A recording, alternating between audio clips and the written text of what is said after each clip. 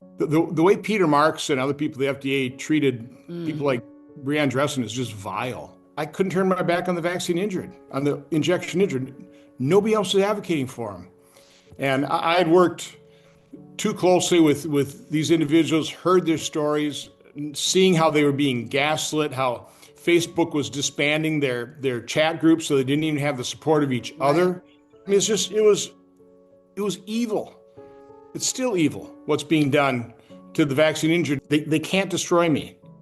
They can ignore me, they can marginalize me, but I will have the truth, and we have the alternate media now to get the truth out. So that's actually quite hopeful. And again, now that we have the evidence, it's going to be a lot more difficult for them to look away. Once your eyes have been opened, you can't close them. Welcome to the React19 Podcast, where we bring awareness and support to the COVID-19 vaccine injured and discuss the science, research, and laws that affect all of us.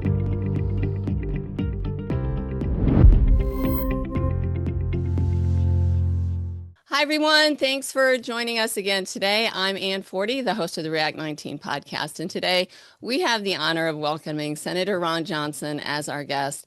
And as most of you know, Senator Johnson has truly been at the vanguard of relentless efforts to examine what happened during the COVID-19 response, from vaccine safety concerns and adverse event reporting to broader questions around transparency and data access and public health decision-making. He has clearly stepped in to the space where very few have been willing to go in Washington, if anyone, to engage on these topics. So Senator Johnson, thank you so much for taking the time to be here today. Thanks for having me on. All right. Well, as I was preparing for this conversation, I initially planned to walk the audience through a full timeline of everything you've done over the past 5 years to bring awareness to COVID vaccine injury issues. But when I was drafting it out, it was going to take a very long time to talk about all of these things. So what I'd like to do, well, the reason I wanted to do that is that because I don't think people fully grasp the level of persistence and determination you've shown up again and again through hearings and roundtable oversights and efforts and document releases, especially when so many of those efforts have been met with resistance at every level. And yet you haven't let up, and your work reflects not only a sustained push for transparency and accountability, which we desperately need, but also an effort to bring attention to what many see as a profound and ongoing national tragedy. Senator, as you're aware, the COVID vaccine injured and bereaved families are still living through a nightmare, and many are still struggling to get access to care and support and even recognition. So rather than walking through every single event, what I'd like to do is walk back for a moment and then jump forward to where we are presently. So going back to that first press conference in Milwaukee in June of 2021 with Bree and Maddie and her mom Stephanie and Cheryl and Christy and Candace, where you were simply asking the public to please see, hear, and believe the injured. And then seeing the headlines that followed as misinformation and condemning you and not even acknowledging the injured. How did that moment impact you? Well, if you'll allow me, let me go back a little bit further. Okay. The reason I held that June 2021 press conference is because of my work during the pandemic, where I was calling in people like Johnny Unitas, who did the analysis on the Princess Cruise, trying to calm everybody's fears. This is, it could be a deadly disease if you're elderly, if you had certain comorbidities, but for most of us, it could be a pretty nasty illness, but there's a lot of asymptomatic COVID as well. So just trying to lay out basic information. I was talking to Novartis, for example, the makers of hydroxychloroquine, who had donated 30 tablets of hydroxychloroquine to the national stockpile that wasn't being distributed. And then they went radio silent about the end of April.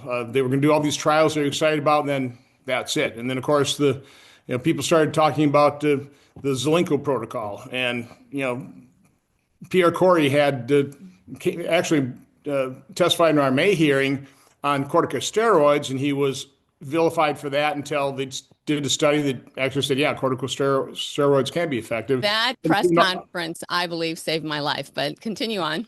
But then he came out for ivermectin after I held my November hearing on hydroxychloroquine and that protocol, and then in December of 2020 on ivermectin. This before the vaccine or the injection was ever made available. Right. So it was all that work. I mean, I was being vilified in the media,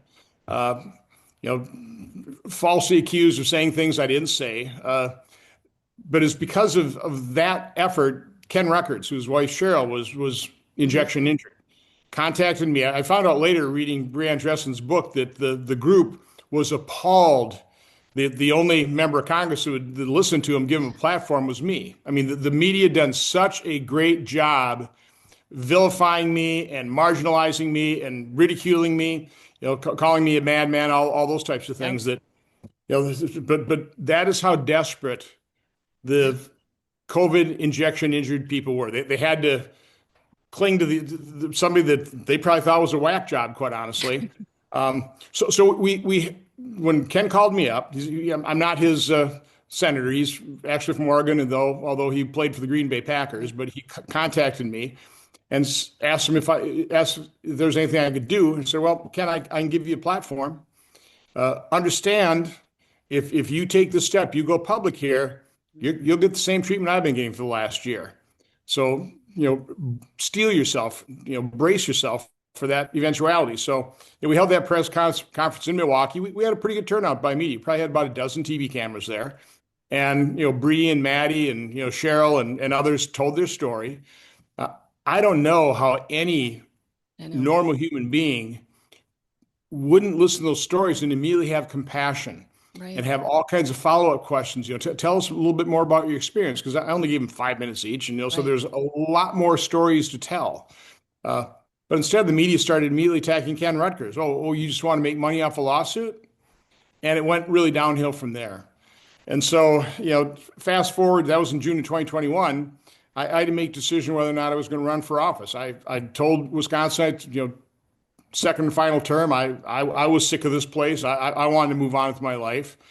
But in the end, I couldn't turn away from our country. This is a precious thing, America. Our freedoms are precious. But in particular, I couldn't turn my back on the vaccine injured, on the injection injured. Nobody else is advocating for them. And I had worked too closely with these individuals, heard their stories, seeing how they were being gaslit, how Facebook was disbanding their chat groups so they didn't even have the support of each other. I mean, it was evil. It's still evil what's being done to the vaccine injured, and not only just the COVID injection injured, but the childhood vaccine injured as well. So, no, it's what we're all dealing with.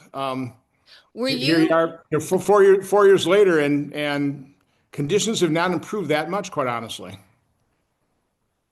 Were you shocked by the response initially? I mean, after people heard, you were used to the being in front, but were you shocked even after the November, your larger press conference in 21, and you had more after that? Were you initially shocked at the media's response, or did you expect them to just go silent on the injured? Well, I warned Ken about it, so no, I wasn't shocked. Highly disappointed. Again, Bree and Cheryl and Stephanie, they did such a wonderful job. Chris, they did such a wonderful job laying out their story. Right. How can you not have compassion for these people? So what do you think is, in looking at your colleagues, what is it that is preventing them from engaging in this? Well, I would say the overriding problem is nobody wants to admit they're wrong. The federal health officials, doctors, the medical establishment, the news media, all these people that pushed the COVID injection on the general public, they don't want to believe that they pushed something that killed people, that permanently disabled them, that ruined their lives. And nobody wants. Doctor sure doesn't want to admit that something he urged his patients to take killed them. So that's the basic human tendency to never want to admit you're wrong. Their liability issues, their reputational issues. So all those things are kind of build up to the fact that at this point, people just want to move on. Those deaths, those injuries occurred in the past. As Francis Collins told me in an April meeting, April 2021, when I brought to him the fact of what VAERS is showing. Now, remember, in 1976, during the swine flu, when that vaccine had killed 25 to 30 people, had caused over 500 cases of Guillain-Barré disease, they pulled that vaccine. Less than 3 dozen deaths. By April, on VAERS, we were showing, I think, 4,600 deaths reported associated worldwide. 46% of them at that point in time were occurring on the day of vaccination within 1 or 2 days. And this safety surveillance system that they were touting in October of 2020 before they got the emergency use authorization, now they're denigrating. Well, that's just a bunch of anti-vax cranks, making those reports. You can't rely on VAERS. It doesn't prove causation, which it doesn't. But man, when they were people definitely are dying touting the it day beforehand. they get the shot, and of course, families, children with the childhood vaccine injuries, the exact same treatment. But when I brought up those deaths, that VAER fact to Francis Collins, the senator, we've determined 6 deaths were caused by the Johnson & Johnson, thrombosis in young women of childbearing age. Beyond that, Senator, people die. Yeah, I remember that. I remember you saying that. That was his response. People die. Yeah.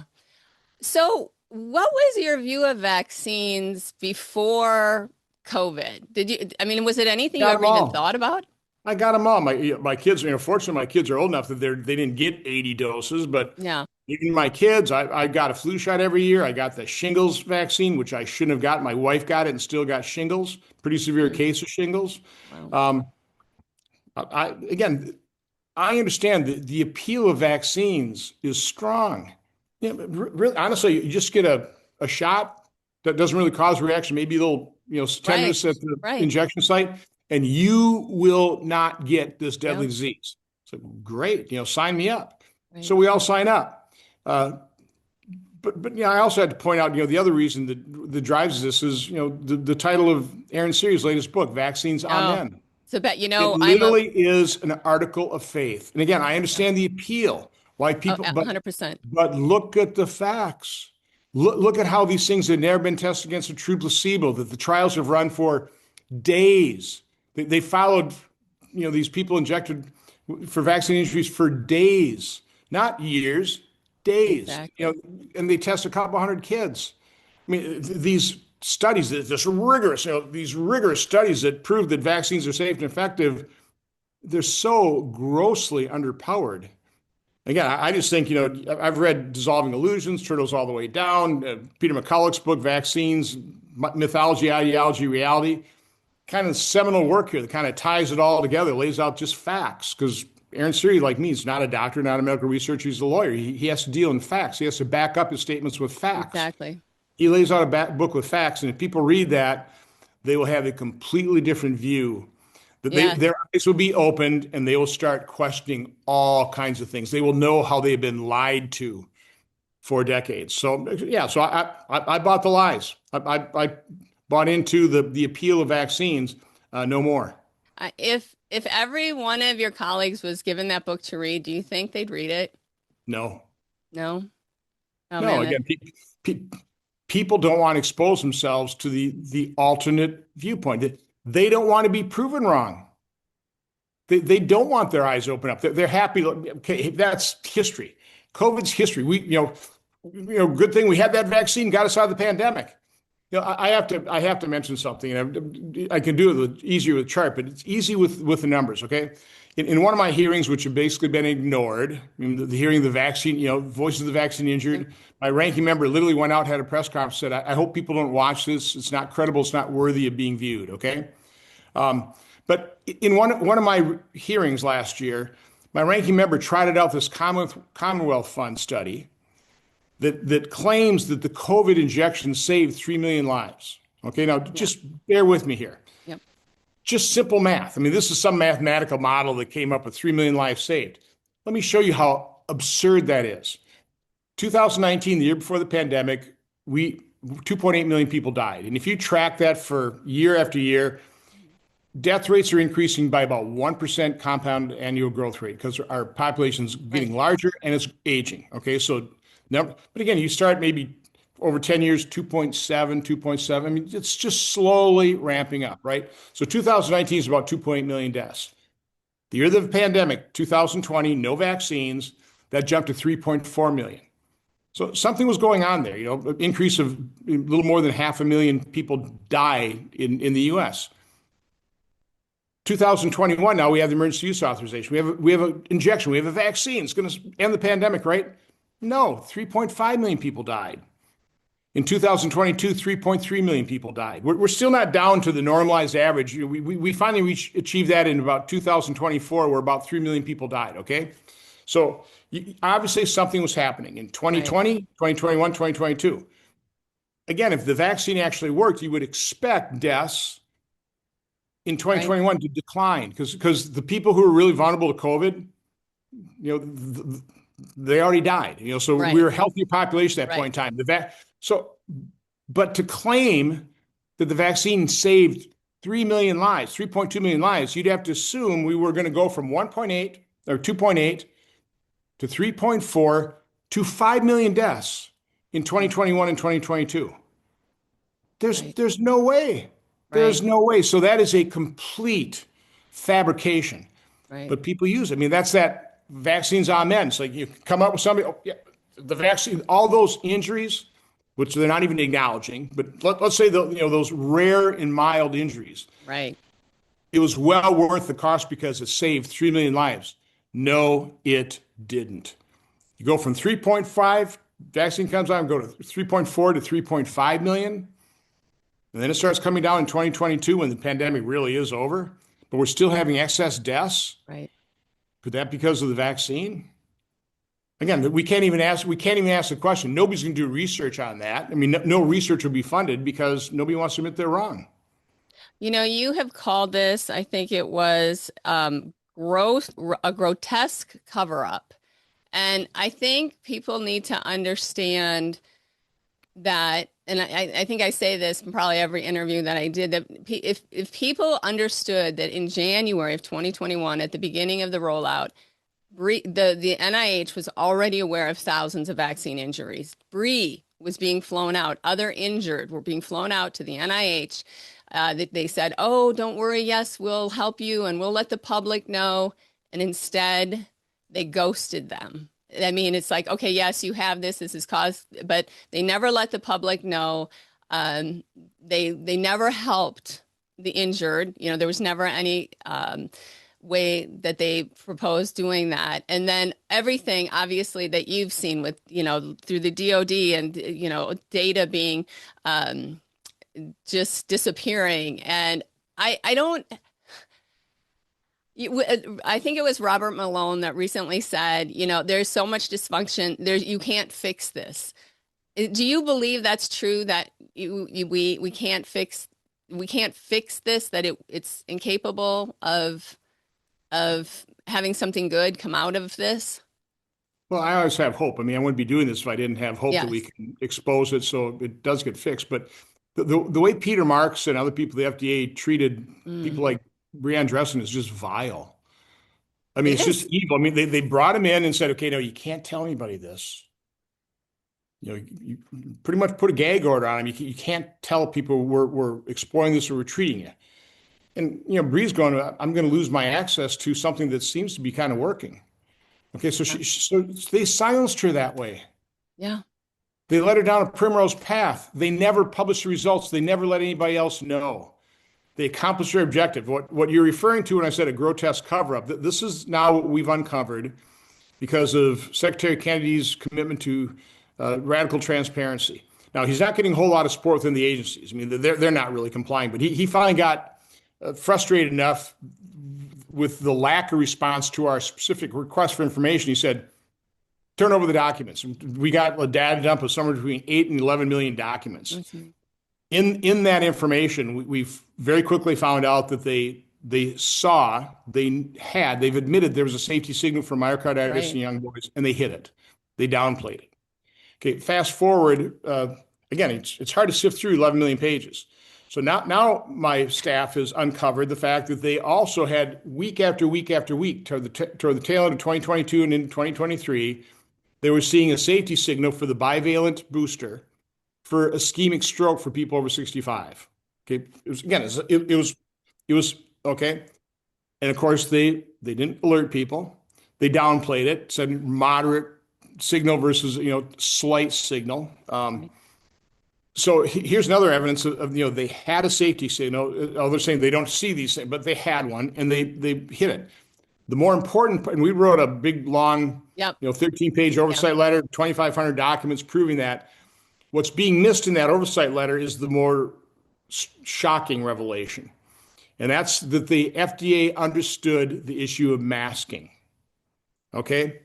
Because of the uniqueness of COVID and the COVID injections, you had two very similar injections, Moderna and Pfizer. They had all of our vaccines. Right. So when the FDA looked at potential adverse events for the Moderna injection, let's say there were 10,000 deaths with Moderna. Okay. They didn't compare that to other vaccines, other non-COVID vaccines. They compared it to Pfizer COVID injection and all their vaccines. So if Pfizer had 10,000 deaths, and the other vaccines had, let's say, 1,000. You're comparing 10,000 deaths to 11,000. Doesn't seem like much of a difference, right? Right.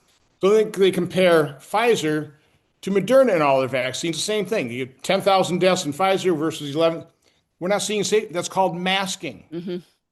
So by March 26th of 2021, the people who actually invented their mathematical algorithm, their analysis of the Veyer system, were telling Peter Marks and other people in the agencies,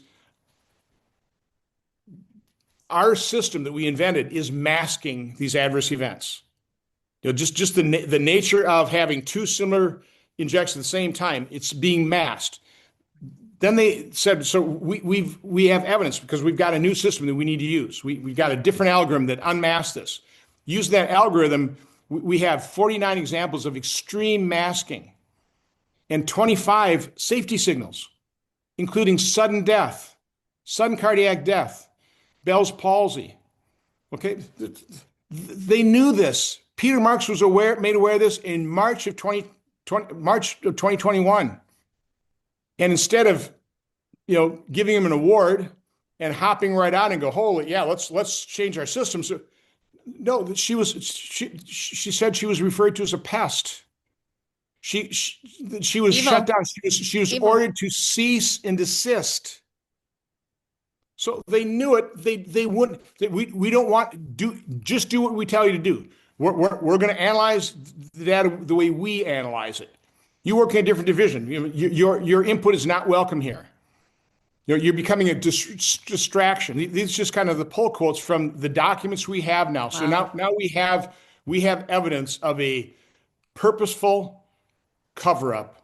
They knew full well that the way they were analyzing Veyers was going to mask these safety signals so they could hide. So they meet with Breeden. Well, we don't see any safety signals because you're not looking for them.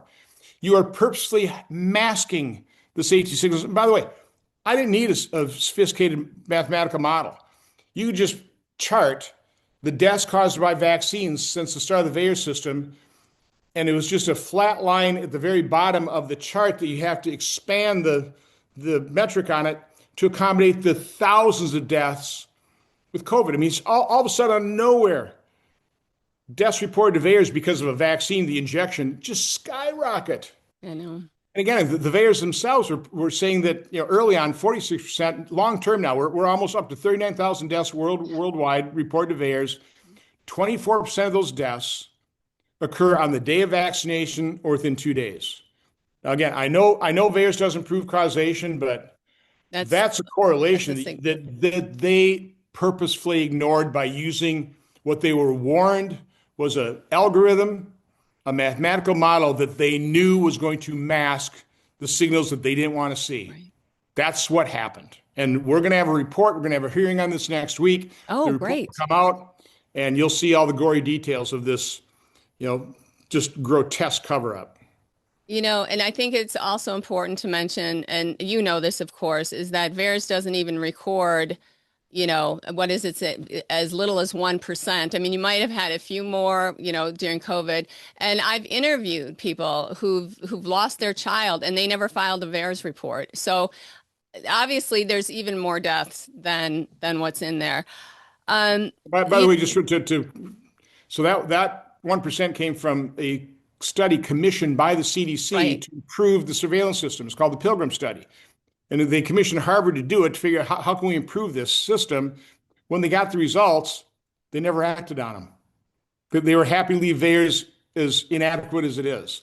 So yeah, I mean, on the low end, only 1%. I mean, right now people are using a factor of 30 times. So whatever VAERS says, multiply that by 30 is nobody knows because they don't want to look.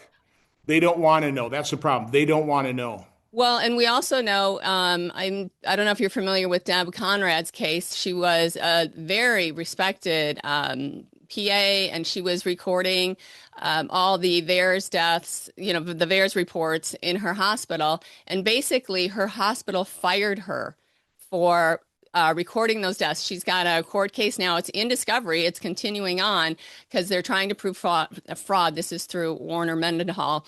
And it'll be interesting to see what happens with that case. So that, so those are the cases we know that got recorded. Obviously, we know that there's a whole lot that haven't. I want to touch on the vaccine injured have gone through a rough couple of weeks here. As you know, so many were looking forward to that ACIP meeting where there finally, was going to be recognition by our health agencies of their injuries. We know what happened there. It was canceled due to this judge's decision. There's some concern over President Trump's new CDC nomination, that this person may be very pro-vaccine and is really not going to be interested in covering this as well. There's concern. I believe that RFK Jr. is doing whatever he can. In watching some of the hearings that he's been in, I don't know why anybody would put themselves through that, except for the fact, like you, that you're really invested in seeing change. But given these concerns, is there any hope, even though the vaccine injured are seeing these setbacks, can you provide any hope that, hey, behind the scenes, we really are, people really are working for you and we're really, RFK is doing what he can and you're doing everything you can. But is there any hope maybe beyond, getting some of your colleagues behind this or just pushing more awareness through? Well, the hope lies in the fact that the truth is powerful. Okay? The truth is its own lion. So, I mean, it is true. I think there are way more people sabotaging Secretary Kennedy's efforts than are aiding him. Okay? And that's, within the agency into the White House, from what I can tell and discern.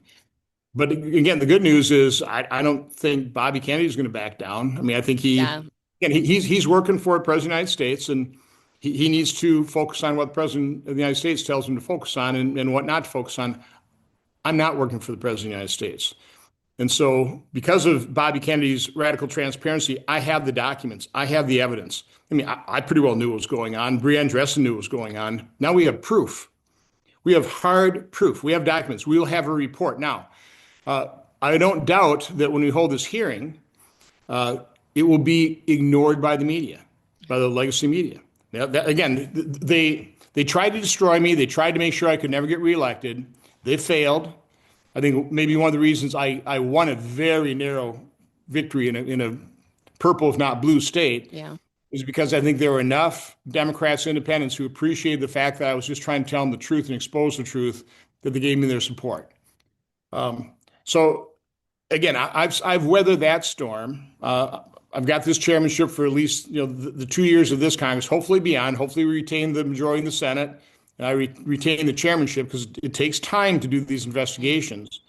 But we'll hold that hearing, and groups like yourself, CHD, Aaron Siri, Del Bigtree, I mean, the alternate media, hopefully people like Joe Rogan, whose eyes have been opened. I mean, once your eyes have been opened, you can't close them. I mean, that's Bobby Kennedy's story. I mean, he didn't want to touch vaccines as a 10-foot pole. Yeah, right. He was an environmental lawyer. But when he talked to the moms, when the one mom found his residence and came with a stack of research paper that he knows how to read science, and he read it, His eyes were open, and to his credit, he didn't turn their back on him, even though he knew it could really destroy him politically. And it And did. let's face it, every hearing he attends, they try to destroy him. Okay, so I also, they can't destroy me. They can ignore me, they can marginalize me, but I will have the truth, and we have the alternate media now to get the truth out. So that's actually quite hopeful. And again, now that we have the evidence, it's going to be a lot more difficult for them to Right. look away.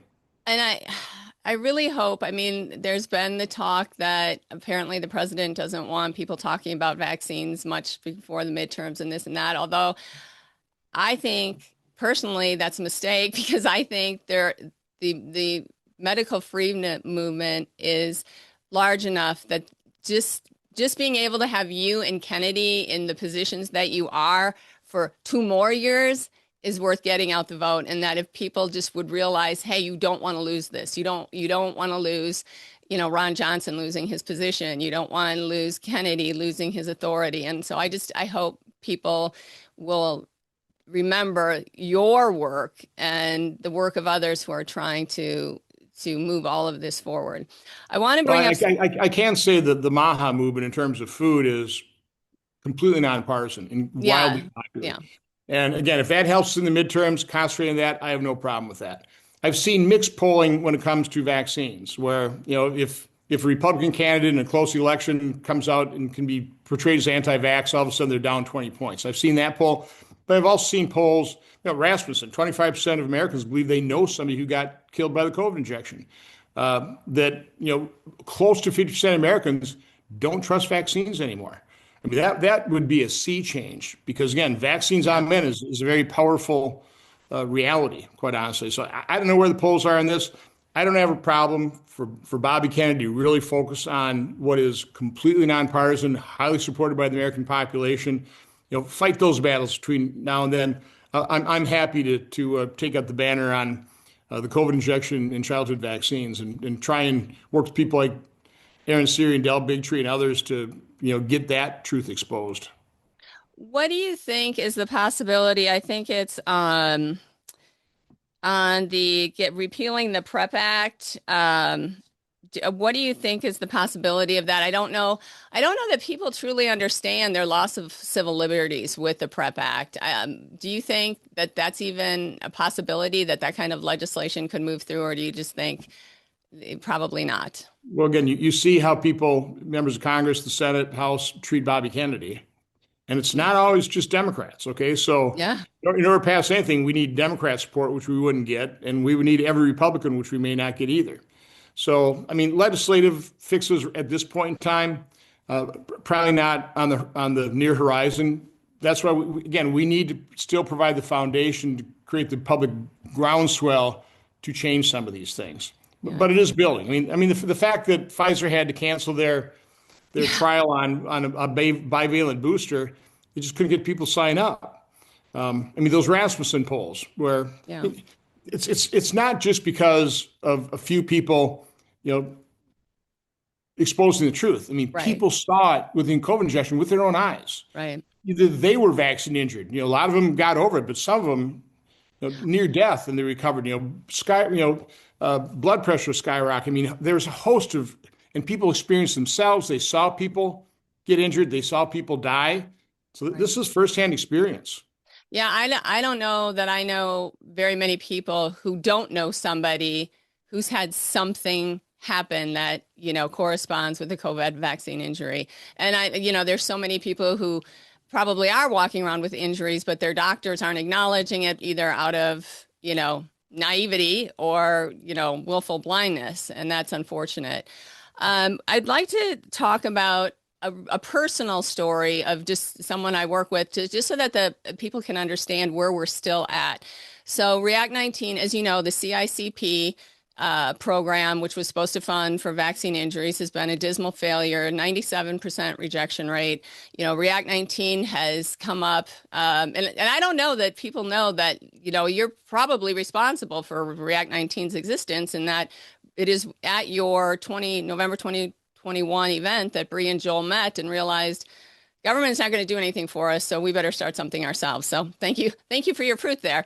But so they started the React 19 Care Fund, which is totally funded by donations, has given out more than $1 million. But something else that they're working with is the Social Security Administration CAL program. Now, Heather Hudson, whose son Cody, 21 years old, completely healthy, running 5 miles a day, takes the shot because he doesn't want to, he wants to save his mom and, not be any harm.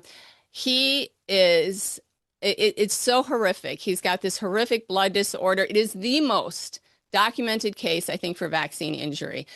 He's had 7 strokes. He's got terminal organ failure. He tried to get Cody's law, that was a law to help people in Florida get emergency care for the vaccine injured. It was supported by Joe Ladapo.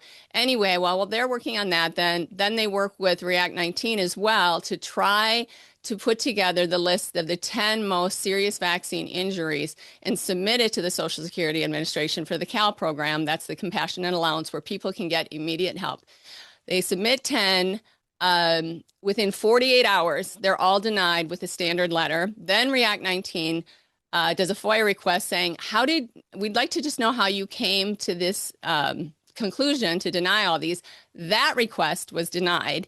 And so I don't know that people understand that these people really have run out of everything. Some of them, Cody is going to be on his dad's insurance until June, and then he's done. I don't know. They don't know what they're going to do. They have no idea how they're going to get him care. He's in a wheelchair. And I talk to people like this every single day. People who've mortgaged their homes. Some have lost their homes. They've lost their entire life savings. Is there anything that you can do to work with the Social Security Administration on this? Anything that can just get exactly, these people help? I was unaware of this, so I will call up Frank Bisignano. He's the head of Social Security. I'll write an oversight letter. Now, I'll dig into this right away. Send me the details on this, okay? And I'll look into it right away. Again, I'm not sure I can do anything. These agencies are, unmovable many times. But no, I will definitely look into this case. Well, thank you. And I just think, again, from the outside looking in, it is just so shocking. I don't know if you've ever, well, I better not bring that up. That ordinary people could make a big difference. And when people just put their head down and go, I'm just not going to look there, just evil things can happen. And so, all right, I think I've covered everything. Is there anything else that you, I did want to ask you. So when I went to the release of Follow the Silenced out in California last March, and Brian was there, Bree's husband, and I said, Brian, through all of this, through all that you've walked through. Now, keep in mind, he is a PhD chemist. I'm sure you know Brian. I said, through all of this, what has been your biggest takeaway? What have you learned through all of this? And he said, everybody lies. And what would your biggest takeaway be from the last 5 years?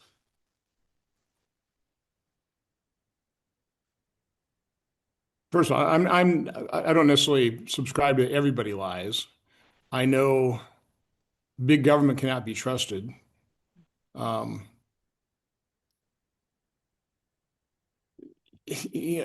what COVID revealed to me is the almost totality of the capture of these federal agencies. It's not just healthcare. Everyone. A one-word definition of government is power, right? Government has power. And as Lord Acton appropriately said, power corrupts. Absolute power corrupts absolutely. And that's what's happened. So, I come from the private sector. I tried to keep an arm's length distance from government because it doesn't really do any good. It just does harm generally. Okay. Now, again, that doesn't say that, we don't need a government to defend our nation, that we shouldn't have some taxation, that we don't need some regulations and kind of, so we're not angels. We need government so we're not living in chaos and anarchy. But as government grows and goes far exceeds the enumerated powers and gets into areas that has no business being involved in whatsoever, business's reaction is, well, I mean, how can I survive with, you know, big old government breathing down my neck and passing new laws and pass regulations? Well, you know, business people are smart. So they figure out not only how to survive in that regulatory environment, they learn how to turn that regulatory environment to their advantage. Now, it takes years, it takes decades, it takes a lot of financial wherewithal and power. But that's exactly what Big Pharma's done. Yeah. I mean, they learned very early on that, you know, as they're being sued out of existence on vaccines, they run to Congress to pass a law to protect that. Right. And they write a law to protect it so well that they create a marvelous business opportunity for them to just crank out vaccine after vaccine, because it's liability free. Perfect business model. Once they've done that in 1986, then they lobby the Clinton White House. Hey, we want to start advertising on TV. Now, anybody who's ever watched one of these pharmaceutical advertisements, I mean, you've got people, you know, playing frisbee with dogs and grilling out burgers and, you know, just having a gay old time. You have no idea what those drugs are treating. You know, and if you actually listen to the ad, there is no way you would ever take any of those drugs because they have to list in, you know, rapid succession all the side effects. Right. So no marketer. I'm come from business. I'm a sales guy, right? Right. No salesman, no marketer would ever create an ad like that to sell their product. I mean, it's contrary to sell. Why do they spend billions on those kind of ads? Because they buy the narrative. Exactly. They've captured the media. Yep. If you look, and Midwestern Doctors done a great job of laying out all the clips of videos of the type of investigatory reporting that was done prior to the 1986 Act, right, on Phil Donahue, and, you know, I mean, 60 Minutes, Mike, people, I mean, parents were complaining. It was obvious. I mean, they take a perfectly healthy child, they get a childhood vaccine, and the child never speaks again. right. I mean, parents they got a pretty good idea that, or they get vaccine and their child dies in their crib. SIDS. I wonder how long that term has really been around, because I know we got SADS. Right. You know, you SIDS, sudden infant death. All of a sudden during COVID, SADS, and like nobody's like, An adult. What could possibly be causing that? I mean, I don't have a clue. I mean, it's pretty obvious.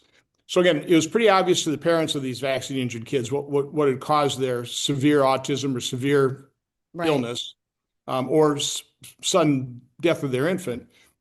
And the media was picking up on that. And they were starting to run. There was real journalism back then. Then they passed the 1986 Act. They get the ability to advertise, and now you never hear nobody, stories. because they don't want to lose those ad dollars. Just attacks people like you and me, and Bree and Joel. Yeah. So it's been so what I've learned is that power corrupts. Government is power. It's been corrupted. It's not in many instances, not all, but in many instances, it's not doing things for the benefit of the general public, for the citizenry. They're beholden to the moneyed interests. I agree 100%.